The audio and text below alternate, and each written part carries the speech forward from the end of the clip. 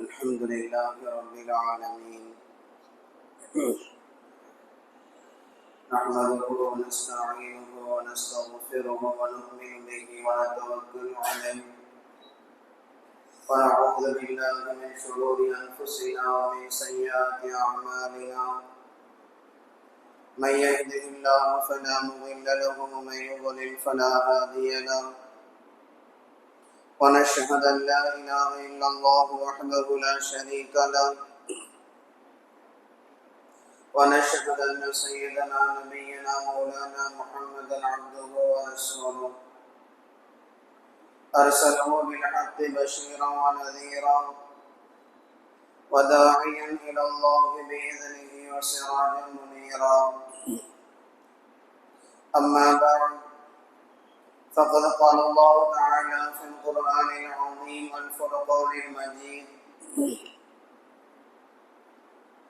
أعوذ بالله من الشيطان الرجيم بسم الله الرحمن الرحيم والله جعل لكم من بيوتكم سكنا صدق الله العظيم எல்லா புகழும் அல்லாஹ் ஜல்ல ஷானஹு தஆலா ஒருவனுக்கே உரைத்தாகட்டுமாக. கண்மணி நாயகம் ஸல்லல்லாஹு அலைஹி வஸல்லம் அவர்களின் மீதும் அவர்களின் வழிவந்த சஹாபாக்கள், தாபிஈன்கள், தபஅ தாபிஈன்கள், ஷுஹதாக்கள், சாலிஹீன்கள், நல்லோர்கள் நம் அனைவரின் மீதும் அல்லாஹ்வின் அன்பும் அருளும் என்றென்றும் நிறைவாக உண்டாகட்டுமாக. ஆமீன். அல்லாஹ் ஜல்ல ஷானஹு தஆலா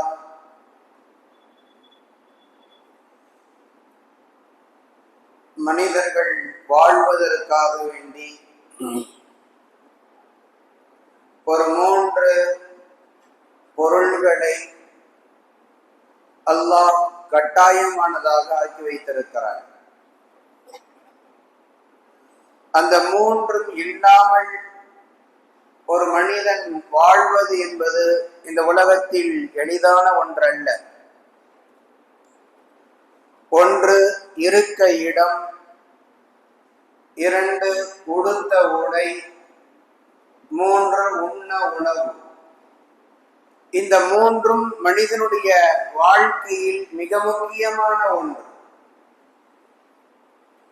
மனிதர்கள் சம்பாதிப்பது இந்த 3ஐயும் அடிப்படையாக வைத்துத்தான். இருக்க இடம், வீட்டை அடிப்படையாக கொண்டு சம்பாதிக்கிறார்கள். உடுத்த உடை, ஆடைகள் அணிவதற்காக வேண்டி சம்பாதிக்கிறார்கள். உண்ண உணவு, உணவுகளுடைய தேவைகளை நிறைவேற்றிக் கொள்ள சம்பாதிக்கிறார்கள். இந்த 3ம் மனிதனுடைய வாழ்க்கையில் மிக முக்கியமான ஒன்றாக இருக்கிறது. இந்த 3ஐயும் தவிர்த்து விட்டு ஒரு மனிதன் இந்த உலகத்தில வாழவே முடியாது. அதே நேரம் இந்த 3ம் எப்படிப்பட்டது என்றால் எல்லா மனிதர்களுக்கும் சமமான ஒன்றல்ல. ஒவ்வொரு மனிதனும் அவனுடைய வசதிக்கு தக்கவாறு இந்த 3ஐயும் பிரம்மாண்டமானதாக தன்னுடைய சக்திக்கு தக்கவாறு அதை பயன்படுத்திக் கொள்கிறான். பெரும் செல்வந்தனாக இருப்பவன் தனக்கான வீட்டை பெரும் வீடாக, பெரிய பங்களாவாக, தான் வசிப்பதற்கு பெரிய இடத்தை, பல அடுக்குமாடி குடியிருப்புகளை அவன் தனக்காக வேண்டி ஏற்படுத்தி கொள்கிறான். பெரும் பணக்காரனாக இருப்பவன் தன்னுடைய வசதிக்கு தக்கவாறு நல்ல ஆடைகள், மிக விலை உயர்ந்த ஆடைகளை வாங்கி அணிந்து கொள்கிறான். பெரும் பணக்காரனாக இருப்பவன் தான் விரும்பக்கூடிய உணவை விரும்பக்கூடிய நேரத்தில் அது எவ்வளவு விலை உயர்ந்ததாக இருந்தாலும் சரி அவைகளை வாங்கி அவன் சாப்பிட்டுக் கொள்கிறான். அதே நேரம் பொருளாதாரத்தில் கொஞ்சம் குறைந்தவர்களாக இருப்பவர்கள், ஏழைகளாக இருப்பவர்கள் தங்களுக்கு வசதிக்கு தக்கவாறு ஏதோ ஒரு குடிசை வீட்டை கூட ஏற்படுத்தி கொண்டு வாழ்கிறார்கள். தங்களுடைய சக்திக்கு தக்கவாறு குறைந்த விலையில் இருக்கக்கூடிய ஆடைகளையும் வாங்கி அணிந்து கொண்டு வாழ்கிறார்கள். தங்களுடைய வசதிக்கு தக்கவாறு என்ன உணவு வாங்கி சாப்பிட முடியுமோ, சமைத்துக் கொள்ள முடியுமோ அவைகளை வாங்கி சமைத்துக் கொண்டு சாப்பிடுகிறார்கள். இந்த மூன்றும் மனிதனின் வாழ்க்கையில் மிக முக்கியமானவையாக இருந்தாலும் பொருளாதாரத்தை கவனித்து அவருடைய வசதி வாய்ப்புகளை கவனித்து இந்த மூன்றும் மாறுபடுகிறது. ஆனால் அதே நேரம் இந்த மூன்றையும் மனிதன் எதை கவனித்து பயன்படுத்துகிறான் என்றால், தன்னுடைய பொருளாதாரத்தை கவனித்து பயன்படுத்துவதோடு தன்னுடைய பெருமையும் இதில் அடங்கி இருக்கிறது, தன்னுடைய குடும்பத்தினுடைய கௌரவமும் கண்ணியமும் இதில் அடங்கியிருக்கிறது என்று மனிதன் நினைக்கிறான். இந்த மூன்றிலேயும் தனக்கான குடும்பத்தினுடைய கௌரவம், தன்னுடைய குடும்பத்திற்கான கண்ணியம் இருக்கிறது. நான் ஒரு பெரும் பணக்காரன், நான் சாதாரணமாக ஒரு வீட்டை கட்டி என்னால் இருக்க முடியாது. என்னுடைய வசதிக்கு தக்கவாறு பெரும் வீட்டை கட்டி இருந்தால்தான் என்னை உடனிருப்பவர்கள், என்னுடைய உறவினர்கள், என்னுடைய நண்பர்கள் என்னை மதிப்பார்கள். நான் பெரும் செல்வந்தன், சாதாரணமாக குறைந்த ஆடைகளை வாங்கி நான் அணிந்து கொண்டு வாழ முடியாது. என்னை பார்த்தவர்கள் மட்டமாக நினைப்பார்கள். நல்ல பொருளாதாரம் இருந்தும் கூட இவ்வளவு சாதாரணமான ஆடை வாங்கி அணிந்து கொண்டிருக்கிறாயே என்று நினைத்து என்னை இழிவாக அவர்கள் நினைக்க கூடும். எனவே நான் விலை உயர்ந்த ஆடைகளை வாங்கி நான் அணிகிறேன், நான் நல்ல விலை உயர்ந்த உணவுகளை வாங்கி நான் உண்ணுகிறேன். கடைகளுக்கு செல்லும் பொழுது இன்றைக்கு பெரும்பாலும் அப்படித்தானே அமைந்து போயிருக்கிறது.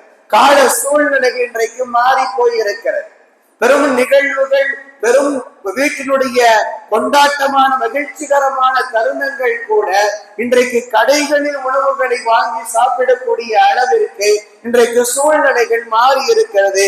அதை விலை உயர்ந்த உணவுகளை வாங்கி நாம் கொடுக்கிறோம். சாதாரணமான உணவுகளை வாங்கி நான் கொடுத்தால் என்னை அவர்கள் காசு இல்லாதவனாக அல்லது என்னை அவர்கள் மிகவும் இழிவாக அவர்கள் நினைக்க கூடும். எனவே விலை உயர்ந்த உணவுகளை வாங்கி என்னுடைய மரியாதையை, என்னுடைய கண்ணியத்தை நான் காப்பாற்ற வேண்டும் என்று மனிதர்கள் ஆசைப்படுகிறார்கள். இந்த மூன்றும் மனிதனின் வாழ்க்கையில் மிக முக்கியமானவை.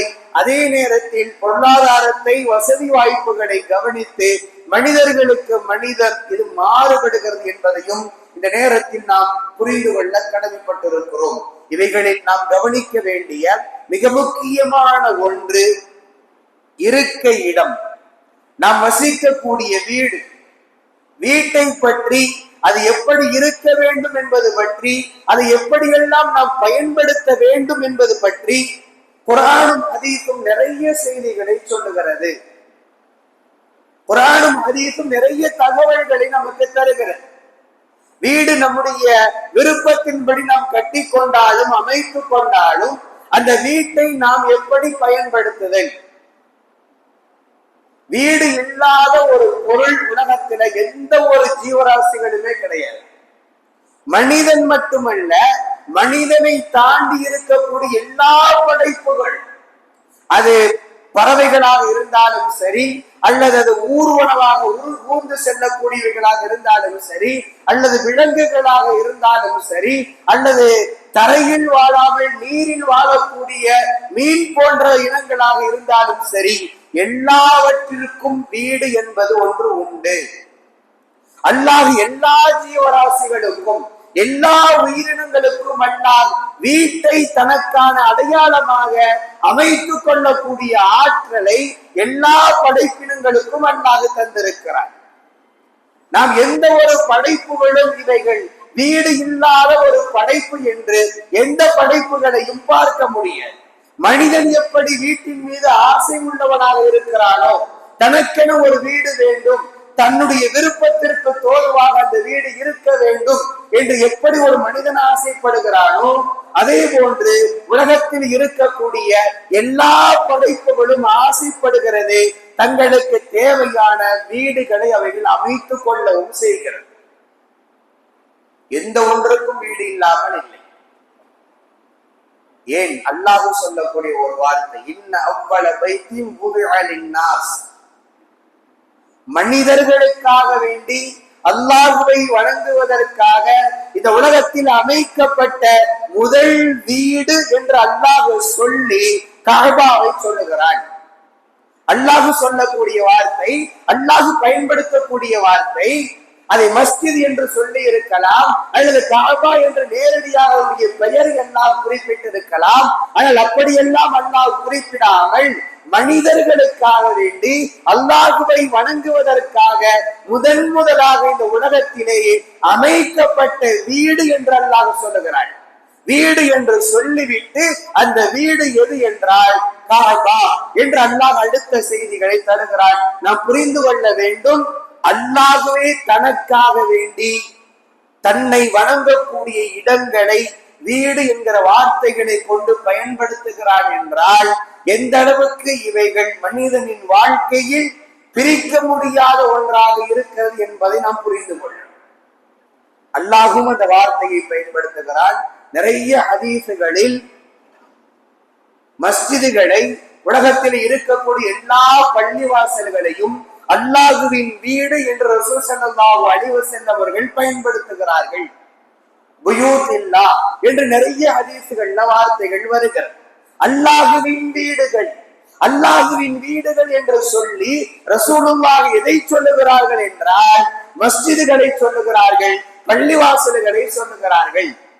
எனவே வீட்டோடு இணைப்பு என்பது மனிதனுக்கு மட்டுமல்ல, மற்ற உயிரினங்களுக்கு மட்டுமல்ல, இவைகளை கடந்து அல்லாஹ்வும் தனக்கான வீடாக காபாவை, தனக்கான வீடாக மஸ்ஜிதுகளை அல்லாஹ்வும் குறிப்பிடுகிறார் என்றால் வீடு என்பது மனிதர்களின் வாழ்க்கையில் பிரிக்க முடியாத ஒன்று, எல்லா காலமும் சேர்ந்திருக்கக்கூடிய ஒன்று. சில சமயங்கள் சொந்தமாக இருக்கலாம், சில சமயங்கள் வாடகைக்காக வேண்டி இருக்கலாம். ஆனால் வீடு இல்லாமல் ஒரு மனிதன் என்பவன் இந்த உலகத்தில் இருக்க முடியாது. மனித படைப்பு என்பது கிடையாது. அதே போன்று தான் மற்ற எல்லா படைப்புகளும் தங்களுக்கான வீடுகளை அமைத்துக் கொள்ளுகிறது. திருக்குர்ஆனில் அல்லாஹ் காஃபிர்களுக்கு அவருடைய நம்பிக்கைக்கான உதாரணமாக சொல்லும் பொழுது கமஸலில் அன்கபூத் என்று அல்லாஹ் சொல்லுவான். காஃபிர்கள் தன்னை அல்லாத, அல்லாஹ் அல்லாத வேறு தெய்வங்களை அவைகள் கடவுளாக நம்பிக்கொண்டிருக்கக்கூடிய அந்த நம்பிக்கைக்கு அல்லாஹ் உதாரணப்படுத்தும் பொழுது சிலந்தி பூச்சியின் வீடுகளை போன்று என்று அல்லாஹ் சொல்லுகிறான். சிலந்தி பூச்சியினுடைய வீடுகளை போன்றுதான் அவர்களுடைய நம்பிக்கை. அல்லாஹ் என்ன சொல்லுகிறான்? சிலந்தி பூச்சி தனக்கான வீட்டை அமைத்துக் கொள்ளும்.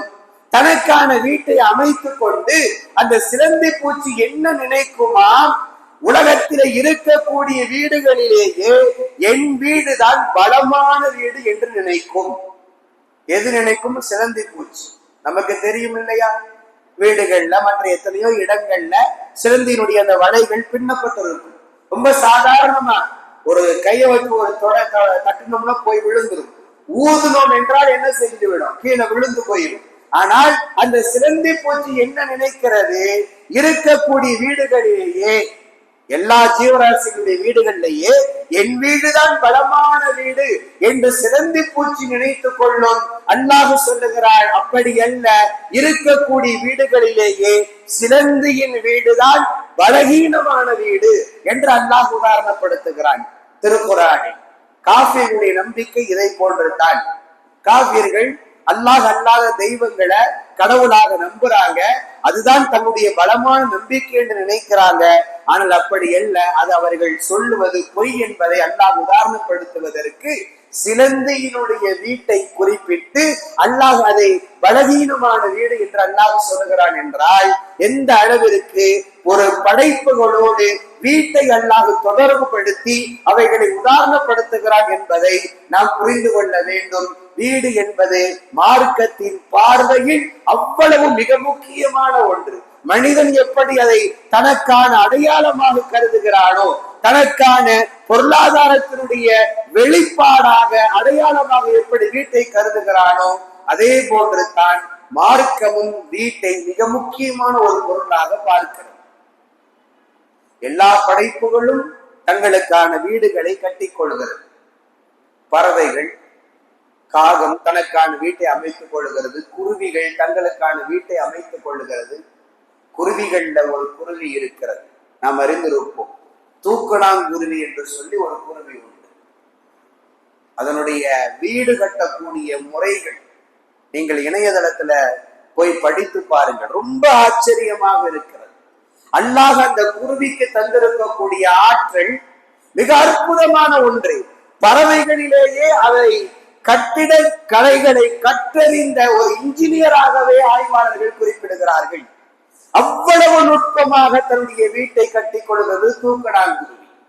தென்னை மரம், பனை மரம், ஈச்சை மரம் இது போன்ற இடங்களில் தங்களுக்கான வீட்டை அது கட்டிக்கொள்ளும். அது எங்க கட்டும்னா கிளைகள்ல கட்டாது. கிளைகளில் அது தனக்கான வீட்டை கட்டிக் கொள்வதில்லை. அதனுடைய ஓலைகள்ல, தென்னை மரத்தினுடைய ஓலை அல்லது பனை மரத்தினுடைய ஓலைகள்ல வந்து தான் தங்களுக்கான கூட்டை அது கட்டி கொள்ளும். அந்த கூடு தொங்குவதை போன்று தான் இருக்கும். தூக்கணாங்குருவியினுடைய வீடு தொங்குவதை போன்று தான் இருக்கும். பறவைகளிலேயே அடுக்குமாடி வீடு கட்டக்கூடிய ஒன்று தூக்கணாங்குருவி. மற்ற எல்லா பறவைகளும் தங்களுக்கான ஒரு கூட்டை ஒரே ஒரு வடிவத்திலே மட்டுமே அதை அமைத்துக் கொள்ளும். ஆனால் தூக்கணாங்குருவி மட்டும் தொங்குறது மாதிரி வீட்டை கட்டி கொண்டு அதற்குள் கீழ்த்தளம் மேல்தளம் என்று இரண்டு அறைகளை கொண்டதாக தன்னுடைய வீட்டை கட்டி கொள்ளும். ஒரு துளி கூட வெயில் உள்ளே நுழைய. எவ்வளவு பெரும் மழைகள் அடித்தாலும் சரி, எவ்வளவு கடுமையான காற்றோடு மழை பெய்தாலும் மழையினுடைய தண்ணீர் துளிகள் அந்த வீட்டிற்குள்ள உள்ள நுழையவே நுழைய. அவ்வளவு நுட்பமாக நாணல்களை எடுத்துக்கொண்டு வந்து களிமண்ணில் அதை புரட்டி தனக்கான வீட்டை அந்த தூக்கணாங்குருவி கட்டிக்கொள்ளும். கீழ்த்தளம் மேல்தளம் என்று கட்டிக்கொண்டு 2 அறைகளை கட்டிக்கொண்டு ஒரு அறை தன்னுடைய குஞ்சுகள் தங்குவதற்காக வேண்டியும் இன்னொரு அறையை தானும் தன்னுடைய பெண் குருவி மட்டும் தங்குவதற்காக வேண்டி அமைத்துக் கொள்ளும். ரொம்ப ஆச்சரியமாக சொல்லுகிறார். தனக்கும் தன்னுடைய மனைவிக்காக வேண்டி ஒரு அறை, தன்னுடைய பிள்ளைகளுக்காக வேண்டி ஒரு அறை என்று 2 அறைகளை கட்டி கொண்டு தன்னுடைய வீட்டை அமைத்துக் கொள்ளும். இதில் இன்னொரு நுட்பம் என்னவென்றால், தன்னுடைய வீட்டிற்குள்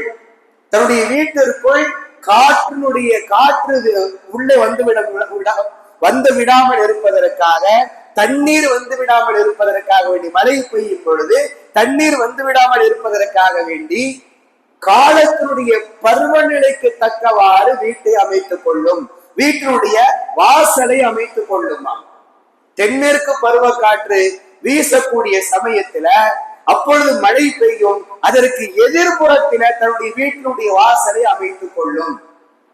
விவசாயிகள் தூக்கணாங்குருவி கட்டி இருக்கக்கூடிய அந்த கூட்டை பார்த்து அதனுடைய வாசலை பார்த்து அறிந்து கொள்வார்களாம் மழை எந்த பகுதியில பெய்யும் என்று. அதற்கு எதிர்புறத்தில் இருந்துதான் மழை பெய்யும் என்பதை விவசாயிகள் அறிந்து கொள்வார்கள். அந்த அளவிற்கு நுட்பத்தோடு தன்னுடைய வீட்டை அமைத்துக் கொள்ளக்கூடிய தன்மையை அல்லாஹ் தூக்கணாங்குருவிக்கு தந்திருக்கிறான். இதுல ரொம்ப ஆச்சரியமான இன்னொரு செய்தி என்னவென்றால், வீடு கட்டக்கூடியது என்பது ஆண் குருவிதான் வீடு கட்டும்.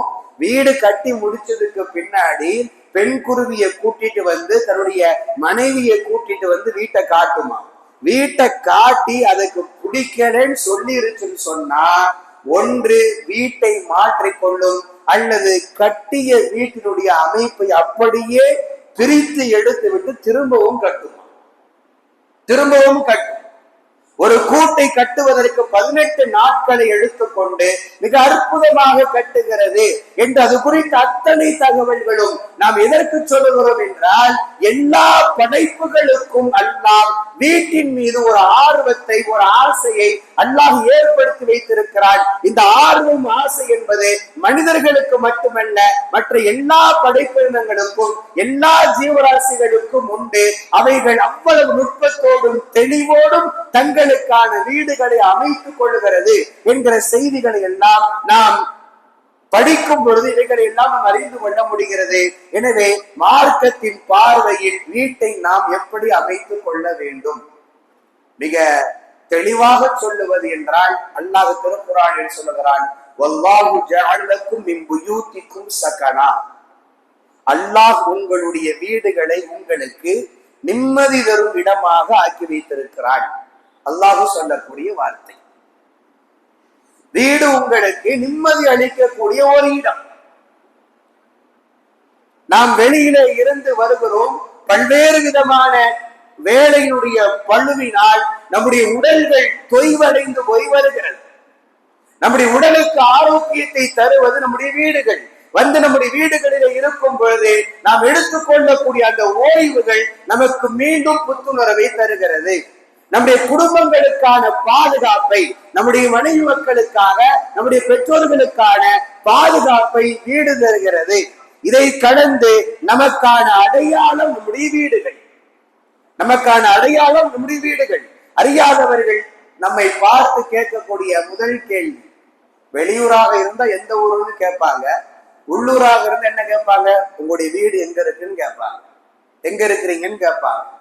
அந்த எங்க இருக்கிறீர்கள் என்கிற வார்த்தை எதை காண்பிக்கிறது என்றால், உங்களின் வீடு எங்கே இருக்கிறது, உங்களின் அடையாளம் அதுதான். நம்முடைய வீடு தான் நமக்கான அடையாளம். எங்கே இருக்கிறீர்கள் என்கிற கேள்விக்குள் நம்மளுடைய ஒட்டுமொத்த அடையாளமும் அதற்குள் பொதிந்திருக்கிறது. அந்த கேள்வி சொல்லுகிறது, நம்மை பார்த்து கேட்கக்கூடிய அந்த கேள்வி நமக்கு உணர்த்துகிறது, நீங்கள் வசிக்கக்கூடிய தெரு எது, உங்களுடைய வீடு எது என்பதை எல்லாம் அதுதான் நமக்கு காண்பித்துக் கொடுக்கிறது.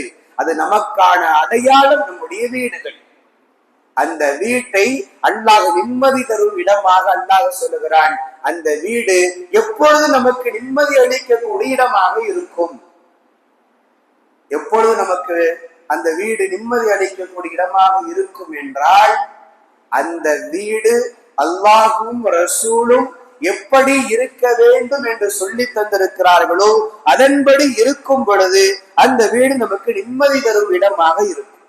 எல்லா விதமான கவலைகளையும் மறந்துவிட்டு நமக்கு சந்தோஷத்தை தரக்கூடிய வீடுகளாக நம்முடைய வீடுகள் இருக்கும். ஆனால் அப்படி இல்லை என்று சொன்னா வீட்டுக்குள்ள நுழைஞ்சது ஒரு டென்ஷன் தான். வெளியில இருந்து வியாபார சிரமங்கள், வியாபார ரீதியான பல்வேறு மன அழுத்தங்களோடு நாம் வீட்டுக்குள் உள்ளே நுழையும் பொழுது அல்லாஹ்வும் ரசூலும் சொன்னதின் அடிப்படையில் நம்முடைய வீடுகள் இல்லாமல் இருக்கும் என்றால், வீட்டுக்குள்ள போனதும் புதிய புதிய கேள்விகள், புதிய புதிய வார்த்தைகள், கடுமையான சண்டை மோதல்கள், அது நமக்கு இன்னும் மேலும் நம்முடைய மன அழுத்தத்திற்கு நம்முடைய வீடுகளே காரணமாக அமைந்துவிடும். முதலில் வீட்டை பொறுத்தவரை நாம் கடைபிடிக்க வேண்டிய மிக முக்கியமான ஒன்று, வீட்டை சுத்தமாக வைத்துக் கொள்ளுதல். முதல் விஷயம், வீடு சுத்தமாக இருக்க வேண்டும். அசுத்தங்கள் எதுவும் இல்லாமல், யாரேனும் ஒரு விருந்தினர் நம்முடைய வீட்டுக்கு வந்தால் நம்முடைய வீட்டை பார்க்கும் பொழுது அவர்கள் சந்தோஷப்பட வேண்டும். முக சுளிப்பு எதுவும் அவருடைய முகத்தில் தென்பட்டு விடக்கூடாது. நம்முடைய வீடு அவ்வளவு அழகாக, அவ்வளவு சுத்தமாக நம்முடைய வீடுகள் இருக்க வேண்டும். அப்படி இருப்பது அல்லாஹ்வுக்கு பிடித்தமானவை, ரசூல் ஸல்லல்லாஹு அலைஹி வஸல்லம் அவர்களுக்கு பிடித்தமானது. அல்லாஹ்வும் ரசூலும் அப்படிப்பட்ட வீடுகளை நேசிக்கிறார்கள். எந்த வீட்டை நாம் சுத்தமாக வைத்திருக்கிறோமோ அப்படிப்பட்ட அந்த வீட்டில் குடியிருக்கக்கூடிய மனிதர்களை அல்லாஹ்வும் ரசூலும் பிரியம் கொள்கிறார்கள். வல்லாஹு யுஹிப்புல் முத்தஹிரீன், அல்லாஹ் குர்ஆனில் சொல்லுகிறான், அல்லாஹ் நேசிக்கிறான் சுத்தமானவர்களை, அல்லாஹ் நேசிக்கிறான் தூய்மையாக இருப்பவர்களை, அல்லாஹ் நேசிக்கிறான். அதனால் நாம் நம்முடைய வீட்டிற்கு செய்ய வேண்டிய முதல் கடமை, நம்முடைய வீட்டை தூய்மையாக சுத்தமாக வைத்துக் கொள்ள வேண்டும். ஒரு கசப்பான செய்தி என்ன தெரியுமா? முஸ்லிம்கள் குறித்து பிற சமூக மக்களிடத்தில் இருக்கக்கூடிய ஒரு செய்தி, அவர்கள் வீட்டை சுத்தமாக வைத்துக் கொள்ள மாட்டார்கள். அவர்கள் வீட்டை சுத்தமாக வைத்துக் கொள்ள மாட்டார்கள் என்கிற செய்தி பரவலாக பிற சமூக மக்களிடத்திலே உண்டு. இது சாதாரணமான ஒன்றல்ல, இது உள்ளூர்ல மட்டும் பேசக்கூடிய ஒன்றல்ல, தேசிய அளவில் இந்த பிரச்சனை உண்டு. சில இடங்களில் முஸ்லிம்களுக்கு பிரசம மாற்று மதத்தினர்கள் வீடு தராமல் இருப்பதற்கான காரணமாக இவைகள் முன்வைக்கப்படுகிறது. ரொம்ப ஆச்சரியமான ஒரு செய்தி என்ன தெரியுமா? நீங்கள் கேட்டால் ஆச்சரியப்படுவீர்கள். முஸ்லிம் சமூகத்தினுடைய நிலைப்பாடு குறித்து ஆய்வு செய்வதற்காக வேண்டி சச்சார் கமிட்டி என்ற ஒரு கமிட்டி அமைக்கப்பட்டது. சுமார் 15 ஆண்டுகளுக்கு முன்னர் காங்கிரஸ் கவர்மெண்ட்ல அமைக்கப்பட்டது. சச்சார் கமிட்டியினுடைய ஆய்வில் கூட இந்த தகவல் பதிவு செய்யப்பட்டிருக்கிறது.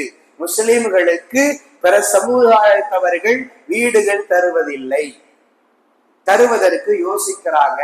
அவ்வளவு தகுதி இருந்தாலும் கூட, வாடகை கொடுப்பதற்கான ஆற்றலும் தகுதியும் அவர்களுக்கு இருந்தாலும் கூட வீடுகள் கொடுக்கப்படுவது இல்லை என்கிற செய்தி அறிக்கையில் சமர்ப்பிக்கப்பட்டிருக்கிறது. தேசிய அளவினுடைய பிரச்சனை இது. சச்சார் கமிட்டி இது குறித்தும் பேசி இருக்கிறது என்றால், முஸ்லிம்கள் எந்த அளவுக்கு வீட்டை தூய்மையாக வைப்பதில் அலட்சியமாக இருக்கிறார்கள் என்பதை நமக்கு வெளிப்படுத்தி காண்பிக்கிறது. ஆனால் மார்க்கம் அவ்வளவு அழகாக சொல்லுகிறது, அல்லாஹ் நேசிக்கக்கூடிய ஒன்று. முனாஃபிகீன்கள் ஒரு மஸ்ஜிதை கட்டினார்கள். கட்டிட்டு ரசூலுல்லாஹ்ட்ட வந்தாங்க. வந்து, யா ரசூலுல்லாஹ், எங்களுடைய மஸ்ஜித் கட்டப்பட்டிருக்கிறது, முதல் தொழுகை நீங்க தான் வந்து தொழுக வைக்கும். ரசூல் ஸல்லல்லாஹு அலைஹி வஸல்லம் அவர்களுக்கு தெரியும் அது முனாஃபிகீன்கள் கட்டி இருக்கக்கூடிய மஸ்ஜித். அதே சமயம் அதுக்கு அருகாமையிலேயே மஸ்ஜிதே குபா என்கிற பள்ளிவாசலும் உண்டு. மஸ்ஜிதே தக்வா என்று சொல்லக்கூடிய மஸ்ஜிதே குபாவினுடைய பள்ளிவாசலும் இருக்கு. ரசூல் ஸல்லல்லாஹு அலைஹி வஸல்லம் அவரிடத்திலே வந்து இந்த செய்தியை சொன்ன பொழுது அல்லாஹ் வசனம் இறக்க வைத்தான். தக்குவாவை அடித்தளமாக கொண்டு கட்டப்பட்டிருக்கக்கூடிய மஸ்ஜிதே குபாவுல தான் நீங்க போய் தொழுகணும். ரசூலுல்லாஹ்வுக்கு அல்லாஹ் சொன்ன வார்த்தை, அங்கதான் நீங்க போய் தொழுகணும். முனாஃபிகீன்கள் கட்டி இருக்கக்கூடிய மஸ்ஜிதிற்கு, பள்ளிவாசலுக்கு நீங்கள் போகக்கூடாது என்று சொல்லி அல்லாஹ்வுடைய உத்தரவு ரசூல் ஸல்லல்லாஹு அலைஹி வஸல்லம் அவர்களுக்கு இறங்கியது. இந்த ஆயத்திற்கு கீழ் அறிஞர் பெருமக்கள் விளக்கம் தரும் பொழுது ஒரு செய்தியை சொல்லுவாங்க. அல்லாஹ் அந்த வசனத்தினுடைய செய்திகளில் ஒரு சில வார்த்தைகளை சேர்த்து சொல்லுவான். அல்லாஹ் சொல்லக்கூடிய வார்த்தை, நீங்கள் மஸ்ஜிதே குபாவுக்கு நீங்க போய் தொழுவுங்க. ஏன் என்றால் அங்கே இருக்கக்கூடிய மனிதர்கள், அல்லாஹ் சொல்லக்கூடிய காரணங்கள் ஒன்று, ரிஜாலு யுஹிப்பூன ஐயத்தகரு, அங்கே இருக்கக்கூடிய மனிதர்கள் சுத்தத்தை விரும்பக்கூடியவர்கள், அவங்க எல்லாம் ரொம்ப தூய்மையானவர்கள், சுத்தமானவர்கள் என்று அல்லாஹ் சொன்னார். எப்படி அவங்க சுத்தமானவர்கள்? அதற்கு விளக்கம் சொல்லப்படுகிறது. அன்றைய காலங்கள்ல சிறுநீர் கழித்து விட்டு தண்ணீரை கொண்டு சுத்தம் செய்யக்கூடிய மனிதர்களில் முதன்மையானவர்களாக அந்த மஸ்ஜிதே குபாவை சுற்றி இருக்கக்கூடியவர்கள் தான் இருந்தாங்க. மற்ற பகுதிகளில் இருக்கக்கூடியவர்கள், மிக முக்கியமாக முனாஃபிகீன்கள், அவங்களுடைய நடைமுறை எப்படி இருந்தது என்றால், அவர்கள் தண்ணீரை கொண்டு சுத்தம் செய்ய மாட்டார்கள். ஆனால் இவர்களுடைய தன்மையாக எதை நமக்கு உதாரணப்படுத்துகிறார்கள் என்றால், இவர்கள் சிறுநீர் கழித்ததற்கு பின்னால் தண்ணீரை கொண்டு சுத்தம் செய்வார்கள். அதனால் அல்லாஹ் சொன்னான், அங்கே இருக்கக்கூடிய மனிதர்கள் சுத்தத்தை விரும்பக்கூடியவர்கள், தூய்மையானவர்கள், எனவே நீங்கள் அங்கே போய் தொழுகை நடத்துங்கள் என்று அல்லாஹ் ரசூலுல்லாஹ்வுக்கு உத்தரவிட்டார் என்றால், சுத்தம் என்பது அல்லாஹ் நேசிக்கக்கூடிய ஒன்று, விரும்பக்கூடிய ஒன்று.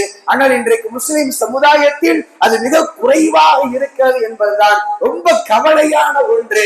தேசிய அளவில் வீட்டை சுத்தமாக வைத்துக் கொள்வதில் முஸ்லிம்கள் ஜீரோவாக இருக்கிறார்கள் என்கிற செய்திகளை நாம் அறியும் பொழுது ரொம்பவும் கவலைப்பட வேண்டிய ஒன்றாக இருக்கிறது. ஆனால் மார்க்கம் அவ்வளவு வலியுறுத்தி சொல்லுகிறது, வீட்டை சுத்தமாக வைத்திருக்குதல். அப்படி வைத்திருக்கும் பொழுதுதான் வழக்குகள் வருவார்கள். உங்களுடைய வீடுகளில் உங்களுக்கு நிம்மதிகள் வேண்டும் என்றால், ஒன்று வீட்டை சுத்தமாக வைத்திருக்குதல், இரண்டாவது நஃபிலான இபாதத்துகளை நம்முடைய வீடுகள்ல தொழுகணும். இபாதத்துகள் நம்ம பள்ளிவாசலை தவிர வேற எங்கேயும் தொழுகிறது இல்லை. இங்கேயே ரொம்ப குறைவுதான்.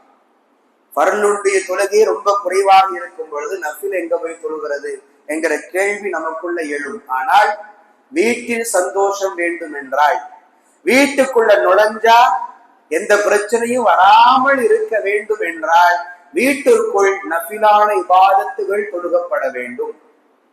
மூன்றாவது, வீட்டில் ஒவ்வொரு நாளும் குர்ஆனுடைய சப்தங்கள் வீட்டுல கேட்கும். இதுவெல்லாம் ரசூல் ஸல்லல்லாஹு அலைஹி வஸல்லம் அவர்கள் கற்றுத் தந்திருக்கக்கூடிய வழிமுறை.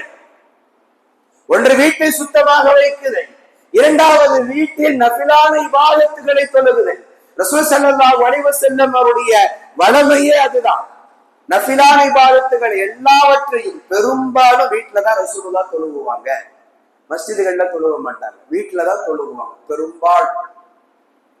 அதை கடந்து குர்ஆனுடைய சப்தங்கள் ஒவ்வொரு நாளும் கேட்குதல், திக்ருகள் வீட்டில ஒவ்வொரு நாளும் ஓதப்படுதல். இந்த செயல்கள் எல்லாம் எந்த இஸ்லாமியர்களுடைய வீடுகளில் நடக்கிறதோ அந்த வீட்டில் எல்லா விதமான நனவுகளும் இருக்கும், எல்லா விதமான நிம்மதிகளும் திருப்தியாக கிடைக்கும். எந்த விதமான கஷ்டங்களும் இருக்காது, கவலைகளும் இருக்காது. நாம் நினைக்கக்கூடிய குடும்பத்தினுடைய எந்த விதமான பிரச்சனைகளும் எந்த வடிவத்திலையும் வராது. மகனின் வடிவத்திலேயோ பிள்ளைகளின் வடிவத்திலேயும் வராது, மனைவிமார்களுடைய வடிவத்திலேயும் வராது, பெற்றோர்களின் வடிவத்திலே வராது, சகோதரர்களுடைய வடிவத்திலே வராது. எந்த விதமான குடும்பத்தின் பிரச்சனைகளும் இருக்காது.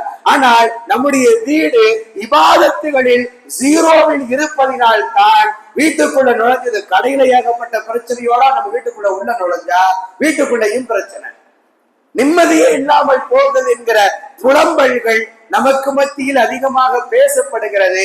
அதற்கு அடிப்படை காரணம் நம்முடைய வீடு எப்படி இருக்க வேண்டும் என்று மார்க்கம் சொல்லி இருக்கிறதோ அதன்படி இல்லாமல் இருப்பதுதான்.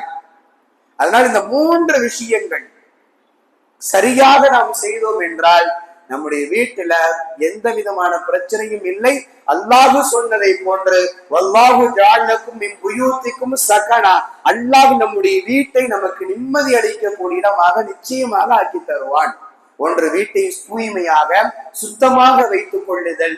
இரண்டாவது, நம்முடைய வீட்டிலே நஃபிலான இபாதத்துகளை தொழுகுதல். மூன்றாவது, ஒவ்வொரு நாளும் குர்ஆன் ஓதுதல், குர்ஆனுடைய சப்தங்கள் நம்முடைய வீடுகளில் கேட்பது. நாலாவது, திக்ருகள் செய்யுதல். இந்த விஷயங்களை மட்டும் நாம் கடைபிடித்தோம் என்றால் நம்முடைய வீடு நிச்சயமாக இந்த உலகத்திலேயே சொர்க்கமான வீடாக நாம் பார்க்கலாம். லகும் தாருஸ் ஸலாம் இன்த ரப்பிஹிம், அல்லாஹ் சொல்லக்கூடிய வார்த்தை, அவர்களுக்கு சலாம் என்னும் வீடு உண்டு. யாருக்கு? நல்ல இபாதத்துகள் செய்யக்கூடிய மனிதர்களுக்கு அல்லாஹ் சொல்லுகிறான், நிம்மதி அளிக்கக்கூடிய வீடு அந்த மனிதர்களுக்கு உண்டு.